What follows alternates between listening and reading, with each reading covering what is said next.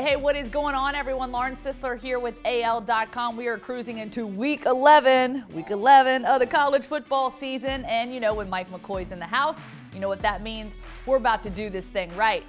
Alabama, head to head. Oh, let's go now. Oh, now, now. Oh, let's go now. Oh, can't stop us. Oh, let's go now.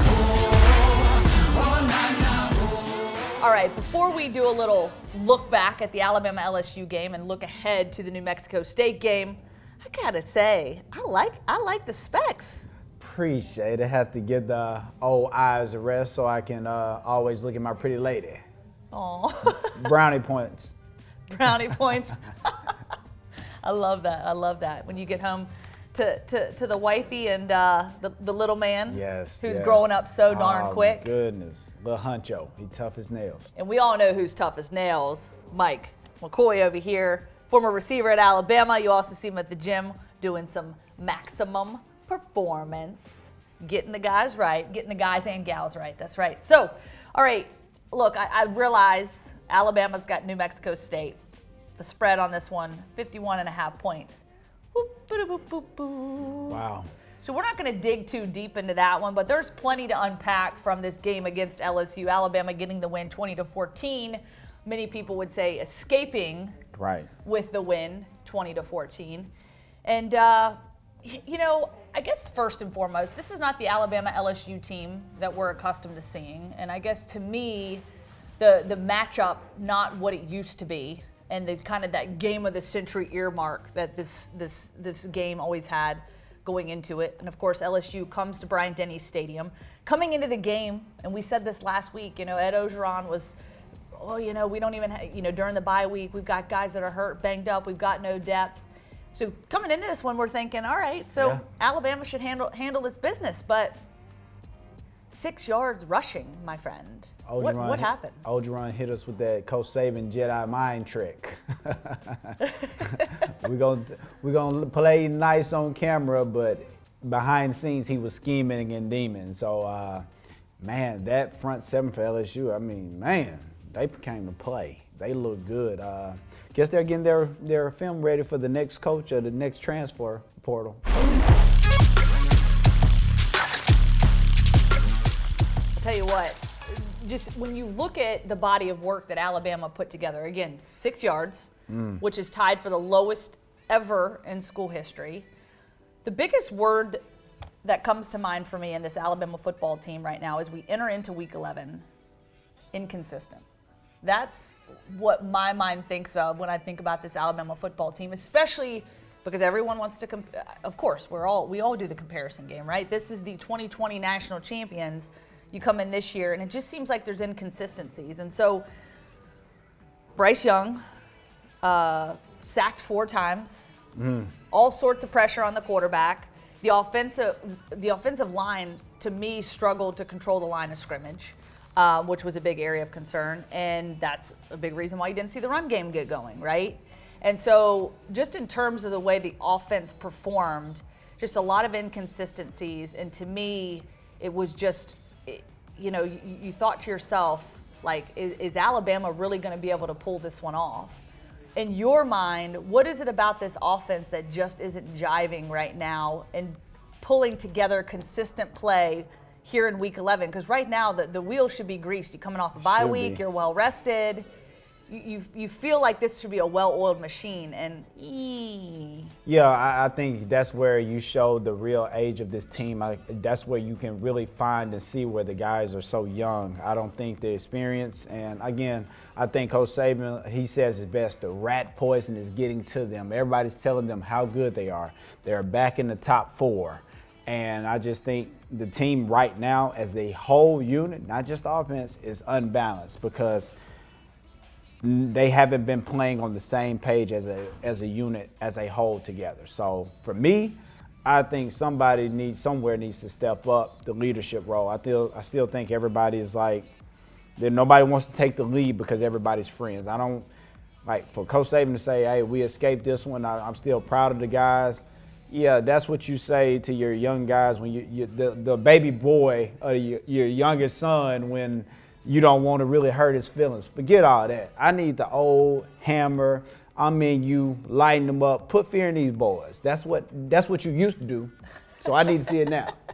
I feel like that's the only way we will be talking about this team as another national title team. Yeah, and I think you make a good point because that was another topic of conversation coming out of that press conference after the football game. Nick Saban's demeanor, typically in a game like this, especially if it's a hard-fought game and expected to kind of go in this direction. If it was the LSU that we saw a couple years ago, the national championship LSU team, Nick Saban would be literally fist pumping his way to the bank. But in this case, some people were kind of concerned at his demeanor, that he was a little bit soft with the guys and just sort of his reflection of what happened in the game. And, you know, he did point out, obviously, the deficiencies, you know, specifically saying, you know, we didn't block them up front well. We didn't run the football very well on offense. We couldn't run it at the end of the game when we needed it. We weren't as effective on third down. We had some protection issues, all those things that we can fix. And I think we can fix them so we can be a little more consistent. So he's pointing out all the deficiencies, but in kind of a very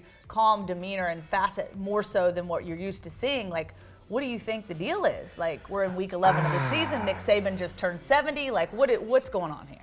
I guess I see it all the time. I hate talking about myself, but I see my mom, how she babies my son, and I'm just like, well, I didn't get this growing up, you know? So I don't know if it's an age thing. I'm not going to say He just hit the 7th floor. You know what I'm saying? So I don't know if that's the case, but I also feel like we're in a time with these younger kids, which is nothing wrong with mental health is at an all-time high. I definitely understand.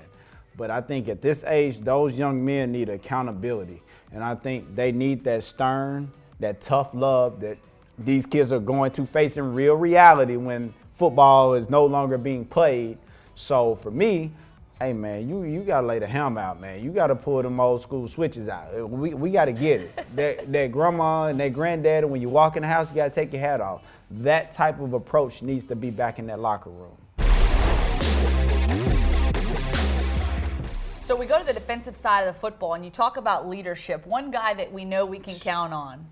That's right. Will Anderson, bringing the heat. Mama, that's that man. Him. That's what we're going to call him. That's who you see, number 31. That's him, grown man. Grown man. And Will Anderson's a guy that I remember the coaching staff, even in spring football, said when he walked into the locker room, got here on campus, started his career as an Alabama football player, he was the closest thing to a pro football player they had seen. And that was obviously early in his young budding career, and still obviously so much left to be played for him. But with that being said, the defense certainly bailed out the Tide, no doubt about it. And even Ed Ogeron stepped up to the plate, did not back down after the game, early in his press conference this week. Like, we outplayed Alabama. He is convinced that they outplayed them. They just came up a few plays short. But really, when you look at the defense, a defense that has also been inconsistent, they were the ones that really kind of stepped up, you know, kept LSU at bay, especially when it mattered most. And I think a lot of that, you know, there are a lot of variables, a lot of inconsistencies that we've seen in the defense, especially in the secondary. But we saw a much more complete defensive unit against this LSU team, which again, I think led to the low scoring affair and obviously kept LSU from making that big play, that 1, 2, 3 plays that needed to happen for them to get past Alabama and get out of there with the win. I agree 1,000%. We know that you have a leader, but I think the difference between, again, I'm going back to me, sorry. That's why we got you here, man. But when we were at Bama during that era, the D-line had a leader, the linebackers had a leader, and the secondary had a leader. I feel like you have those, one with the D-line and the linebacking core, kind of, but not the secondary. I think Battle is the only one, and I'm not sure. Yes, his play speaks volumes, but I don't know, is it being relayed verbally to the other guys? Is he holding everybody up to his standard? I think that's the question. And again, we always talking about the defensive coordinator. I'm not going to say this. I'm not going to throw you on a bus. I'm not in a bashing mood today. maybe next week. But I still think there's a lack of communication and accountability. I know we keep going back to that one word, but accountability and discipline is the one thing that secondary is missing. But other than that, man, they put a complete game together. So I was excited about it, but I'm still not convinced that we are a complete team. Complete team, I think, is going to be a recurring theme as we have 3 more games left on the regular schedule before the SEC championship game. So Alabama takes on New Mexico State, 11 a.m. on SEC Network, and then after that, back home, Bryant-Denny Stadium once again for a matchup against Arkansas, and then they're going to close things out on the road at Jordan-Hare Stadium for the Iron Bowl, which we always know can be chaos at its greatest proportions. So we'll see how that shakes out. But the big question is, you get to the SEC championship game, you face Georgia, okay? And here's the deal, with the way things are shaping up, it might be pretty difficult for the College Football Playoff Committee to put 2 teams in the College Football Playoff from the SEC. Now, obviously, if Alabama goes in and beats Georgia handily, we could be looking at something different. But I think Alabama would have to, winning that game, different story, but losing against Georgia, they would have to come up with some serious style points if they want a chance at still being considered in that top 4. So, landscape is a little wacky and wild right now. But this one, in this matchup, I'm looking at Alabama to perform well. I think you mentioned it there, playing strong football in all phases, offense, defense, special teams. I think they're going to put that together. My prediction for this one, 55-3, Alabama wins it, and we see a much more complete, holistic football team from Alabama, and it's going to be needed as we cruise into these last few games of the season. I'm only going to not be too far off. I'm going to go 63-7. Ooh. Bama, just, hey, man, show up, man. That's what we need. I'm pleading with you. Because right now, we talking about a ring, I'm not sure, because everybody's talking about Georgia. Look, man, get your house in order, man. Get ready. We talking, hey, Rio Cino's on the line, man. Hey, you want to be drafted first round, get going and win, man. Stop playing with these boys. That's all I got. Talking a little trash on the field? Yeah, we get it. Trashing the state with litter? That's terrible. Keep it clean. Keep Alabama beautiful. It's guaranteed that I die a legend. Yeah, son God, homie, I'm reverend. Breaks, just protecting my investment. Ask about me, integrity's not a question.